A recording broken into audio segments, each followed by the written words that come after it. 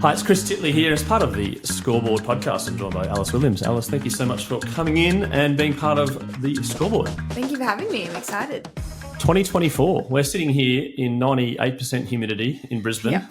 It is ridiculous. It should rain. If it doesn't rain, then we're all going to sweat it out. But we're in December, which is, this is a long-winded intro. How has your 2024 been? It has been exciting, overwhelming, stressful. Those are just a few of the ones that come to mind. Right. And those three words, do you want to go one by one? Sure. Exciting because my first Olympics was the Paris Olympics, and that was crazy. And we obviously won silver, so very exciting. At the same time, though, I think to speak to stressful and overwhelming, the 8 months prior, the 2 years prior, has been go, go, go the whole time. And, you know, you're vying for a spot on a team that only has 13 spots, and we've got veterans in our team. So I really had to try very, very hard to find my spot. So that was stressful and very overwhelming at times. And overwhelming, I take it from, let's talk about Paris. Yeah. Let's talk about the whole tournament leading up to, obviously, the gold medal match. But you're the third stinger that I've interviewed, and this team just brings out more stories. It brings out just an amazing group of individuals through the Olympics. Do you want to talk about your experience in Paris? Yeah, I think because it was my first, I know you've interviewed Gabby and Ellie and it was their second. It being my first, I had no idea really what to expect. We went through a lot of scenarios as a team and they prepared us as best as they could. But I don't think anything even comes close based on my experience.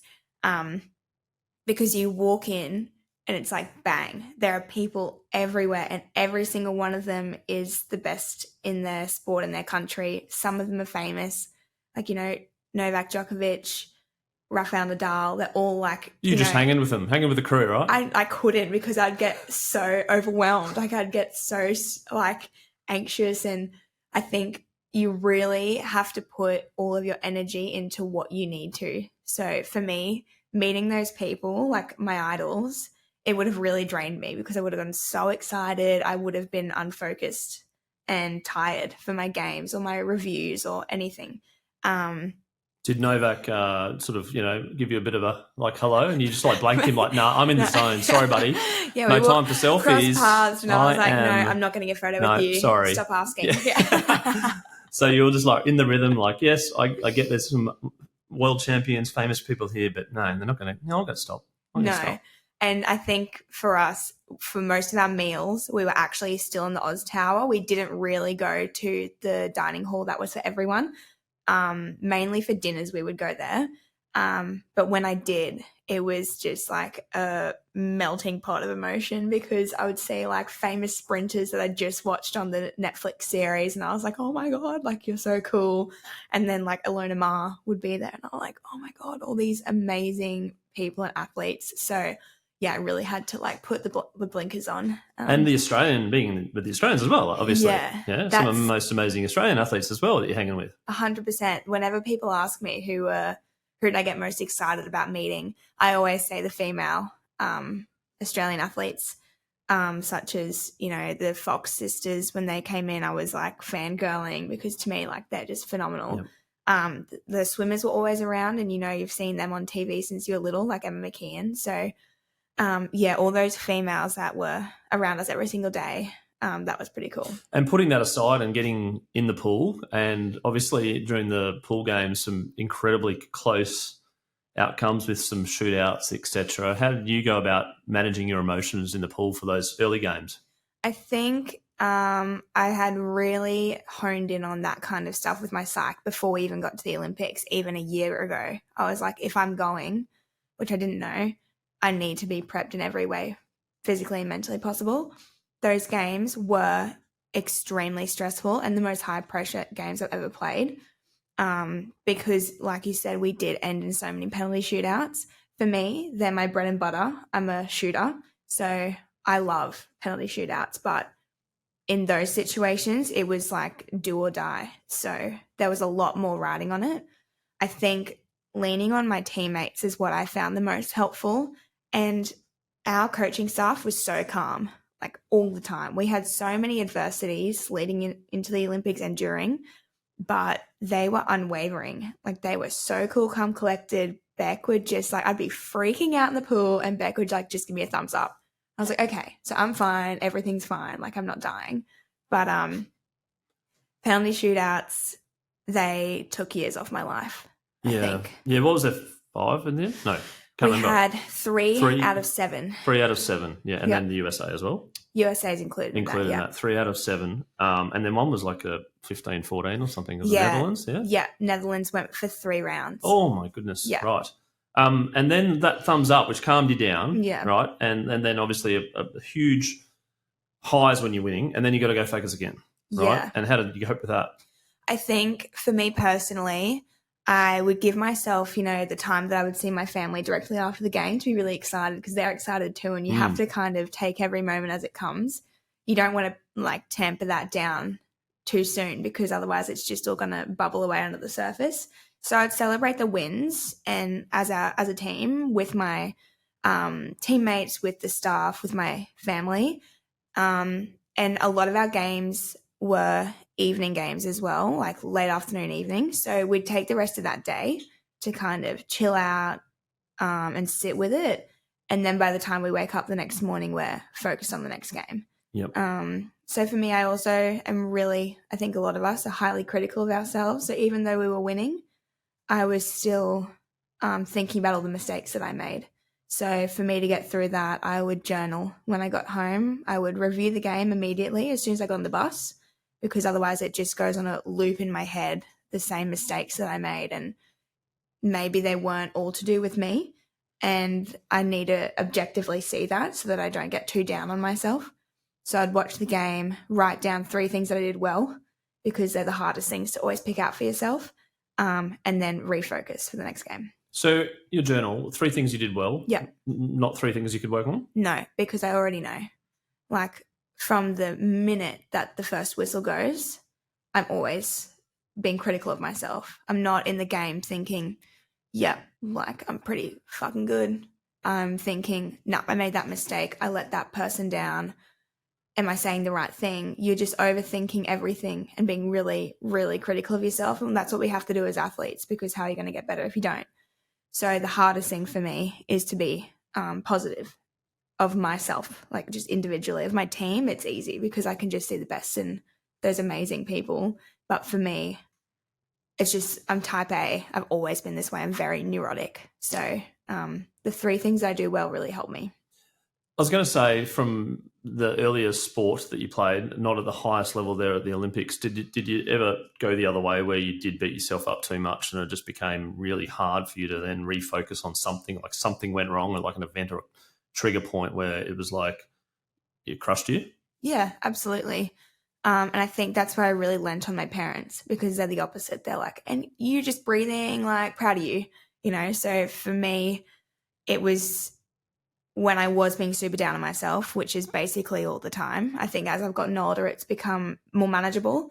But my mum would always say, you're being too hard on yourself. You're being too hard on yourself. And I think at the time it irritated me because I was like, what do you know? You're just my mum, blah, blah, blah. But as I've gotten older, that's kind of a trigger for me to take a step back and objectively look at it, like watching the game.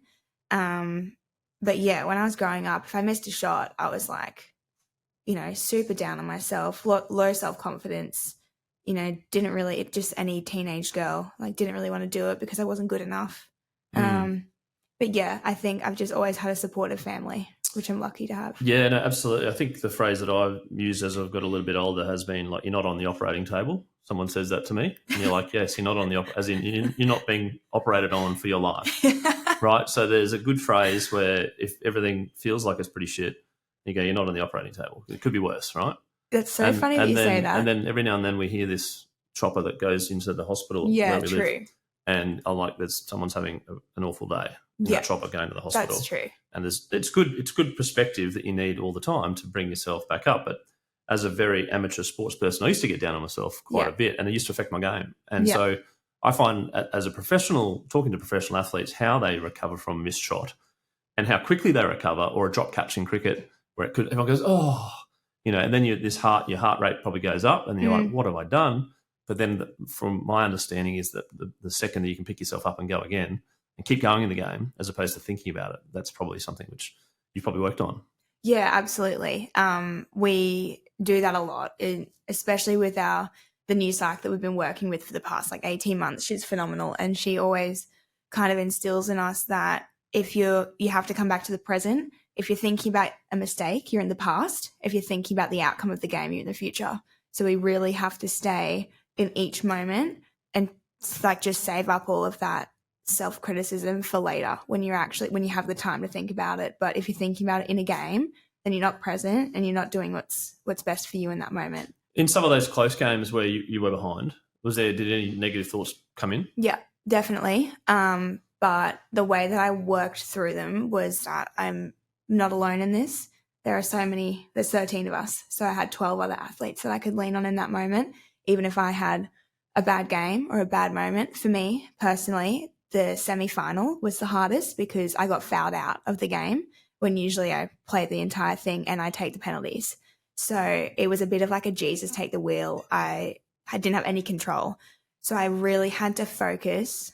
I took a moment. Once I got my third foul, I'm sitting in the box and I was like, this sucks. I really want to be here for my team.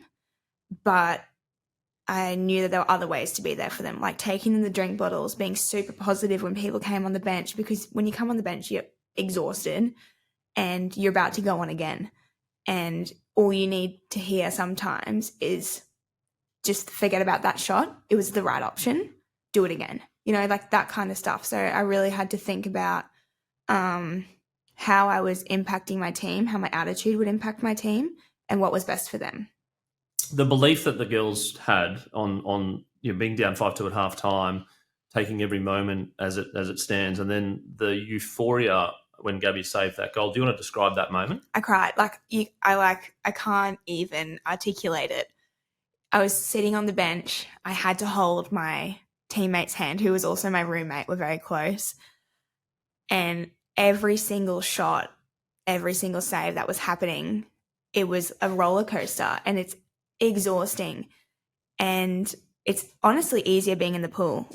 From someone that's been on both ends of it now, shooting, fine, because I've got control. It's my shot. When you're sitting there watching them, you're like, oh my God, there's nothing I can do to help you. It's you. And when Gabby saved it, I threw my cap on the ground. I screamed. And for me, it wasn't even we've just won a semi-final. It was we've beaten America. No one had done that in so many years. They had been undefeated at Olympics for 3 cycles or something. It was ridiculous.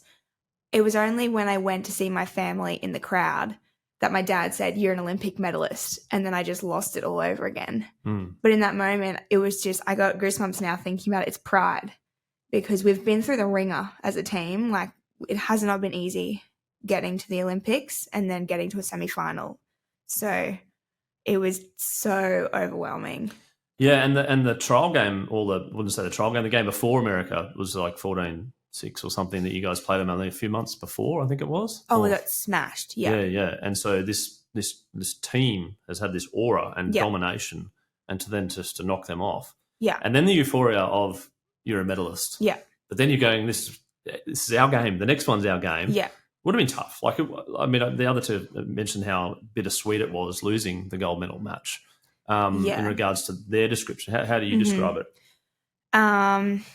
It's a very difficult game for me to talk about because I still haven't really connected with my medal yet. That was so disappointing. I can't really put it into words or describe it because, like you said, you're coming off the back of winning a semi-final against the number 1 seeded team for the past 12 years. And so that kind of felt like the real final, But then you go into the next game and we hadn't played Spain in that whole year. One of our girls had never played Spain ever. So we knew them based off of playing them against our club teams, but as a team itself, we didn't know them as well. So I think for me, that game, what I really remember is the disappointment at the end of it, but also having to stand in between the gold medal winning team and the bronze medal winning team in the call room. And you're somewhere in between where, you've done better than bronze, but they've just won. We lost to get silver. So, it's taken me a long time, and it probably will take years for me to really understand the gravity of what we did. And I try not to lump it all together. Like, I try to think of the first 6 games, everything, as an amazing experience, but it is really challenging when you go to win a gold medal and you literally fall just short. The pause and reflect in your career, do you do that often about like, okay, let's pause, let's reflect, let's celebrate what we've done, let's move on? I'm pretty bad at that. I think there's always something for me that's next, like what's next. And it is hard to even like win, lose, draw. It's hard to just stop and be like, oh, that was cool, or that was, it's easy with the disappointing things because you have to move through that. Otherwise it'll affect your next game. But the positive things, they're not going to affect my next game. So I kind of just push them to the side. And I've spoken to this before when people talk to me about, being named as highest goal scorer or MVP and stuff. And I think when I retire or later down the track, that's when I'll really think about it and sit with it. But for now, it doesn't hold too much weight. The question which you've just asked me to ask you is, what's next? I take it year by year. So I haven't retired or anything. I am looking to be an LA 28. But for me, it's really about staying happy and healthy. If my body is fine and it's happy to keep going, then I will too. And obviously mentally, if I'm still in the game, and that's not just about me, but as a teammate, because that is like a ripple effect in a team. If one person is kind of tapped out and not buying into the team, then it can become quite toxic. So I'm always hyper aware of that and wanting to make sure that I'm the best teammate I can be, as well as the best player. Where do you think your competitiveness, I'm going to call you confident. You seem like a very confident person. Where does this come from? My dad's very competitive, so I think inherently I was going to be competitive. And then the confidence, my mum was always very, not to blow smoke up my ass, but like very body positive, very much like, it doesn't matter what other people think, like your people are your people and the others don't, shouldn't have that much of an effect on you. So I think when I was younger, it was tough because, teenage girls, they go through it. With, periods and puberty and hormones just flying off the handle. So when I was young, I wasn't this way for sure. I was definitely not very confident. But then as I've gotten older, I've been seeing a psych for a long time now, and she really helped me to kind of come into myself and accept myself. And water polo as well. I'm empowered every day by the women that are around me. My teammates are, the best people I've ever met. They're so hardworking and driven and kind and compassionate that I feed off of that as well.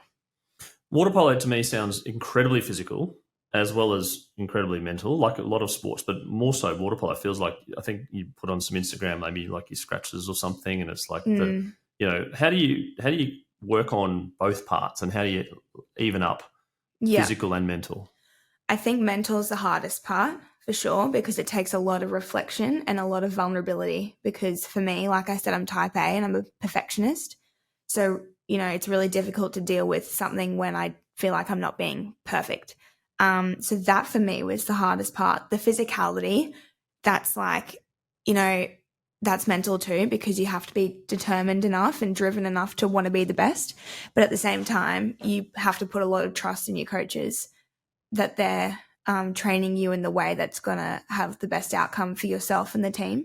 And so I think the physicality part for me, it's not easy, but it's something that I can really just dig my heels into. It's tangible. I can see when I'm getting better. Mentally, I'm never going to be amazing with that. It's always a journey to be better. Being a perfectionist in your head and obviously wanting to improve all the time, you get a phone call to say that you're in the Olympics. What are you feeling then? Is it like jubilation that you've been picked in this squad, or the world champs, or whatever it might be before? Or is it like, Yes, but let's go. The thing is, when I got the phone call about making the Olympic team, I obviously cried, called my parents. It was crazy. Like, it was relief, I think, because I'd been working so hard towards this for so long. Like, I got cut right before Tokyo, so that was devastating. But then I felt more nervous. It was because the nerves were different. The nerves were like, am I even going to make this team? And then it was, I've made it and now I'm representing everyone. Now I'm representing my family, my friends, you sitting at home. Every single person is now on my shoulders. So it was a different kind of nerves. It was more pressure, I would say. But at the same time, I was like, fuck yeah, finally. Like, I've done it. And the support crew, you mentioned your mum said it's your crew, no one else.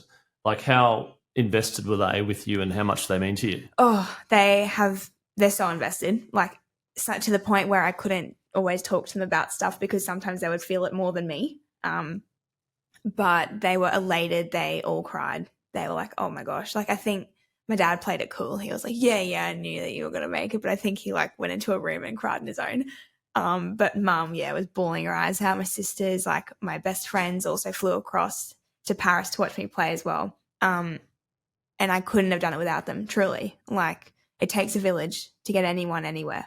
And my village is the reason why I was standing on a podium in Paris. That phone call, was it a phone call, by the Yep. way? When it rang, you knew who it was? Yeah. What were you thinking? I let it ring for a couple times. Oh, right, because you saw it and went just to double check. Well, you know what time. Was it a private number or was it your coach? Or... No, it was our high performance manager. Mm-hmm. And you're given a time, so they will call you in that time. And I saw it ringing, which I had seen before in Tokyo, and I'd known the feeling of it not going my way. So I was looking at it and I was really nervous, but I was like, you know what, you've made it through it one time. If it doesn't go your way, like, you will be okay again. And I'm just so glad that it went my way this time. Yeah, no, for sure. And not on the operating table if you didn't make it as well. But in terms of like preparation and giving it your best, knowing that you put in your best, when you prepare for something, like, and then things don't go your way, and we've talked about this before, picking yourself up, but then you when it comes to sport, you have wins and losses, and you either learn or you win. Do you kind of learn from your winnings as well? Oh, absolutely. In every game, we have mistakes, like hundreds of them, truly. So, you know, we're never going to be perfect, and we've accepted that because no one is. And so we pick apart every single game. Win, loss, or draw, we're picking it apart. And that's why I believe we're one of the best teams in the world, because we reflect on everything. And we do it in a way that is compassionate of ourselves and our team. We're not going in there to point fingers and blame people. We're there to if you make an individual mistake, it's everyone's mistake. That's how it's viewed. So, yeah, I think there's always learnings to take from things. And then the dream as a little girl, did you always want to play in the Olympics? No, I don't know when it started. Like, I've really tried to think back and pinpoint it, but probably when I was in like my teens and I maybe watched the 2012 Olympics with London, because I was playing at that point like for enough years. I think I was 14 or 13 in that year that I could understand it. And I was in the sport as well at that point. So that was pretty cool too. But no, when I was growing up, I was just loving playing sport, and I did netball and swimming, and then I started water polo, and I didn't realize I was very good at water polo until like a bit down the line. So what was your favourite sport? Oh, definitely water polo when I started it. Netball before that. Swimming was just boring to me. Like, I love a gas bag. I love to chat to my teammates, and swimming was just pretty antisocial. But netball, team sport, like, I always knew that I loved a team sport because my best friends were on the team and my mum was the coach at the time because we were little, and it was always so much fun. Were you good at it? Netball, mid-range, I would say. I wasn't in like the C's, but I was in the A's like a couple times, B's a few times. But I think land just isn't like my you want in the water, right? Yeah, I think water's best for me. Like, I'm just a bit unco on land, and I reckon I'd do a ligament or something. Like, I'm really like an ACL or a knee or something. I'm just actually quite shocking. When did you discover or realise that you were good at water polo? I think when I was in school, I had a coach, I think when I was 14, and she kind of was like, "You're like pretty good. Like you could be really good if you tried harder." So it was kind of a switch for me. Did you I was try like, hard? Or yeah. did you sort of go, oh, No, yeah, no, I no. know. I was like, "Oh, okay." Like light bulb moment. Because like I was fine at school. Like I wasn't like a straight A student, but I was pretty good. But like I think hearing that I could actually be really good at something, I was like, I want to try that. Like that sounds like something I would do. So, yeah, that's probably. And then when I made my first junior Australian team and I was in the mix for that, I wasn't the best. I was probably mid to lower range of that group. And then I saw all these women that were like girls that were playing all across Australia. And I was like, I want to be as good as everyone in my age group. So I think they were always just little stepping stones that I was trying to hit, because I am a competitive person. I always want to be the best. So short-termish goals, not a long-term goal. Yeah, short term, I would say. And then when you saw those people and you're like, actually, I want to be equally as good as them, if not better than them, what do you think makes or has made you equally, if not better than some of these people? I'm a very hard worker. I would, and so is Gabby Palm. We're the same age. We would, after every session together, stay in the pool for an extra 30 to 45 minutes just shooting. And well, me shooting at her. At her, yeah. Yeah, she's a goalkeeper. Until I got a shot right. And that would be, and no one else did that I ever saw. So very, very hard workers. Because like I said, I don't think I was naturally born to play water polo, but I think I put my head down and my bum up, and whenever I got feedback, write it down, work on it. And once I get good at that, I would say, okay, what next? Like I would never just let it rest, and I still don't. If I ever do, that's the day that I stop playing, I think, because it's the challenge as well.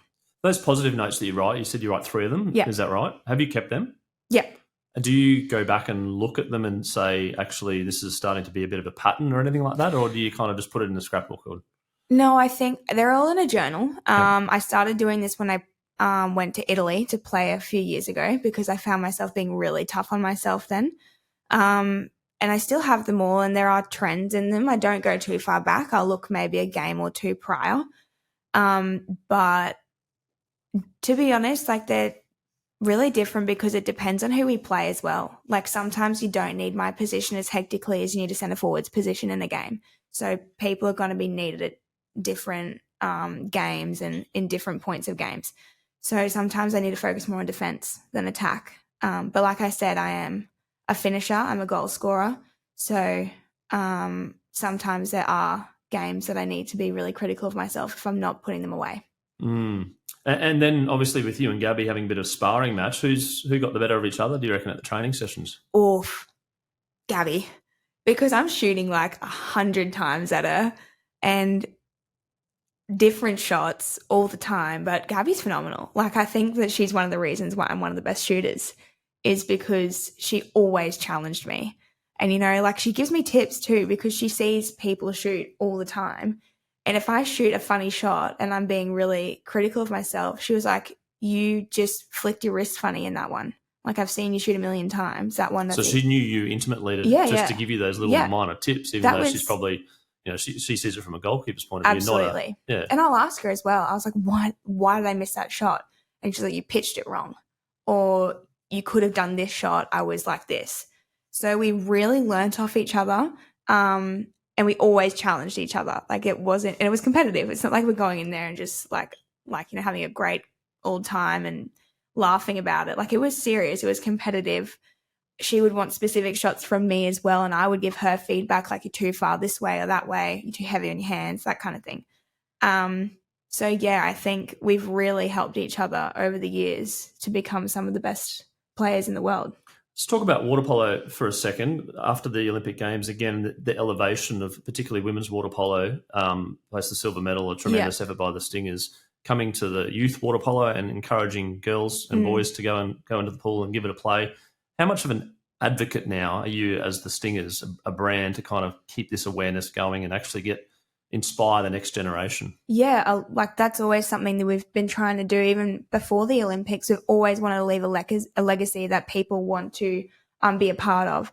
So for us, it is really important that we do inspire people. And for me, I'm a huge advocate for the young girls because we do know that there's a huge drop off when the girls hit puberty. They don't want to play water polo anymore because it's uncomfortable and things happen and tampons and all of that kind of stuff.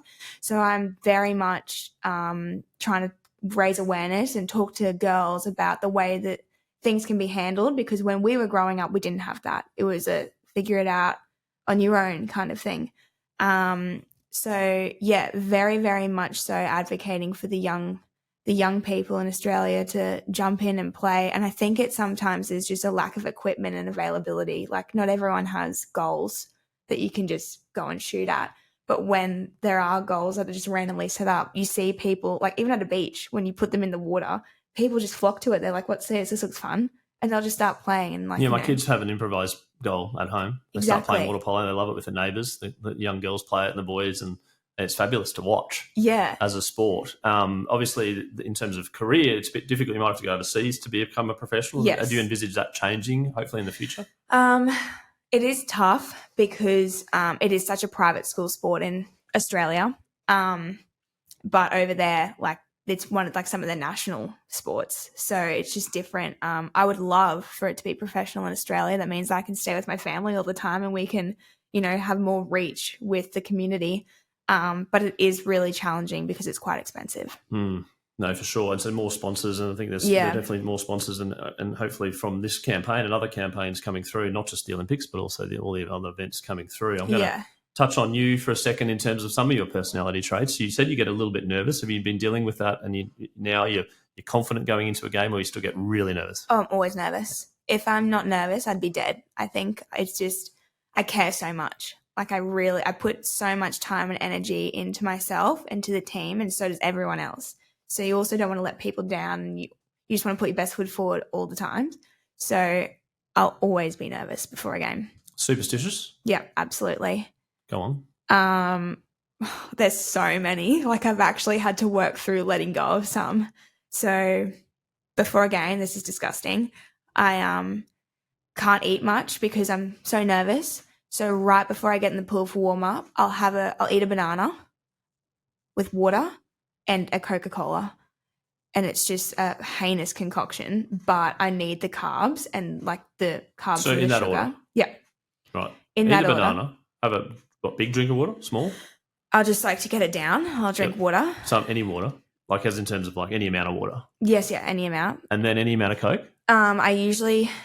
It depends what is available in whatever country that we're in. You don't do Pepsi? Absolutely not. No, I don't even, yuck. I would get, if there's just a normal can, I'll get the can. But there's a little tiny cans that you can get. I think they're like 120 mils. Oh, yeah. I get as much in as I can. I usually can't have the whole thing. Mm-hmm. So it's about half of it. Yep. And then I just chuck it out. But yeah, that's just one of them. That's before every single game. I listen to the exact same songs in order every single game. What's the first one? That's secret. I can't let you know.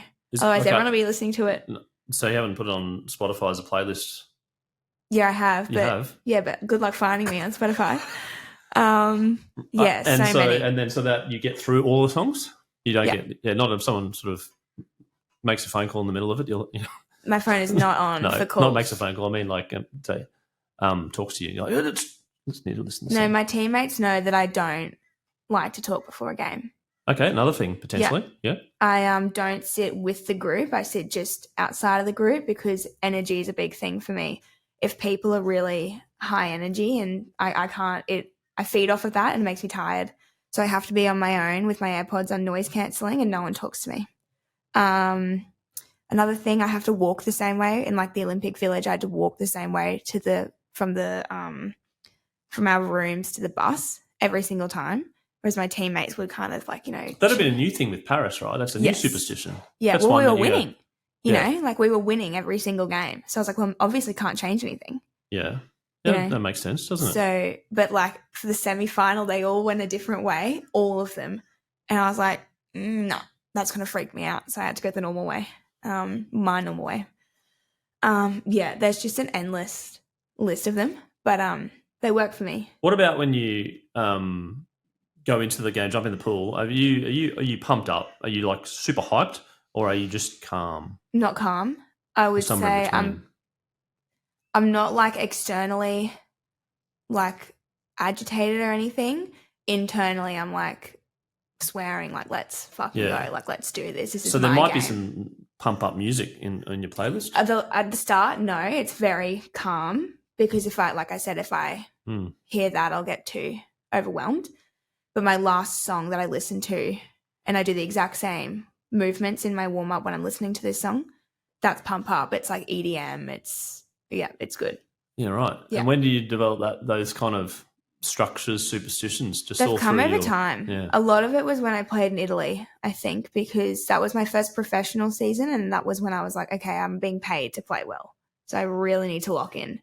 And then from there, like, we won the championship. We came third in Europe. Like, we did really well when I was playing there. So I was like, obviously something's working for myself and the team. So I'm just going to try and like put that into all of my national team stuff. Mm. Moving forward into your life, have you got a goal or a longer term goal or something that you want to be post water polo? Do you want to stay in the game? Do you love the game so much? Do you want to coach? No, I'm just throwing lots of that's things not out. me. I think I would go nuts if I was a coach. I'd just dive in the water and want to do it myself.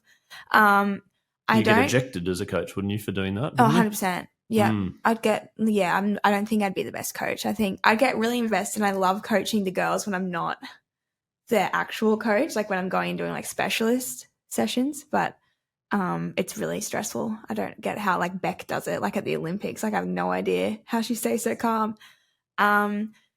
I haven't really got, like, I'm studying, so I'm doing biomedical science, and I started that because I didn't know what I wanted to do when I finished school. But my dad's a doctor and my mum is a nurse, so it's always been really interesting to me, and I'm quite good at it. I like it. I like learning about it.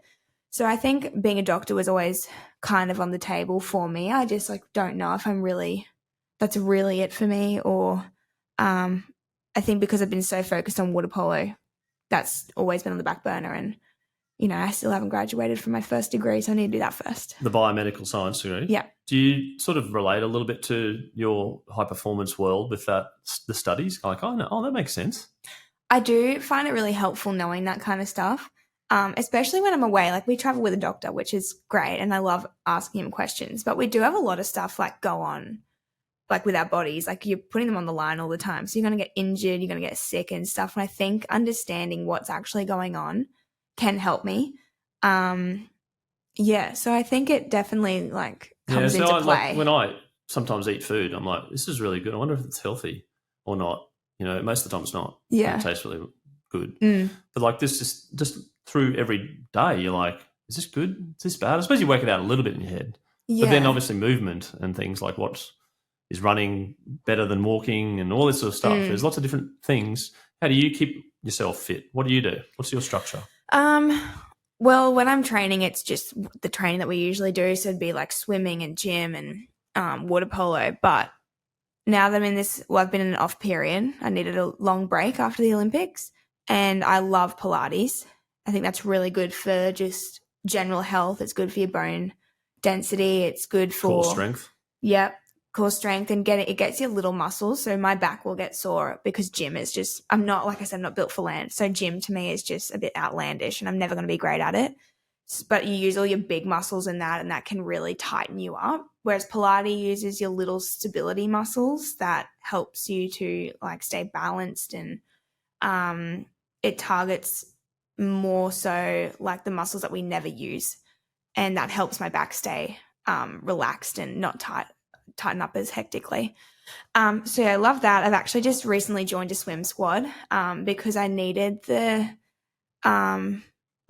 degree of removal from water polo, but still wanting to stay fit enough that I can go back when I'm needed. And I love it. Like, it's so weird because when I was younger, I'd complain about going to swimming training. It was so boring. Yeah, you mentioned that earlier. But now it's different. Like, I'm with a different coach, and I think it's just nice because it's not what I'm used to. Like, when we're in full training, you're with the same people for like hours every single day of the year.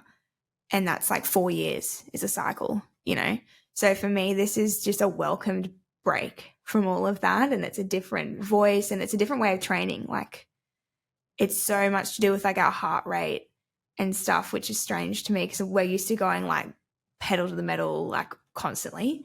Whereas this is like, no, we have to push and pull, and we're playing with different systems in my body, like aerobic, threshold, all that kind of stuff. And on the reformer in Pilates, you get on the reformer? Yeah, love it.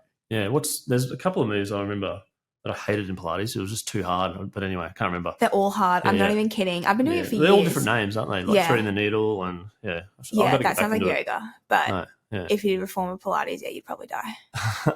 The downtime that you're having right now, what's floats your boat in regards to something that makes you happy that's not water polo related? Pilates really does make me happy. So you look forward to the classes? Always, yeah. Which is a couple of times a week? Yeah, 4 times a week I go. It's just like your phone's off, you're in the zone. It's really about breath work as well. So it triggers your vagus nerve, which calms you down. But I also love going to the movies on my own. Because similarly, I've been on the movies on my own a few times. It's not I don't mind. Dark room. What about table for one at a restaurant? Not there yet. That makes me a little bit anxious. I've done that a couple of times. But without your phone? Oh, no. I mean, your phone's with you because you pay through your phone. I don't really carry the wallet too But much, are you on your phone when you're alone? A little bit.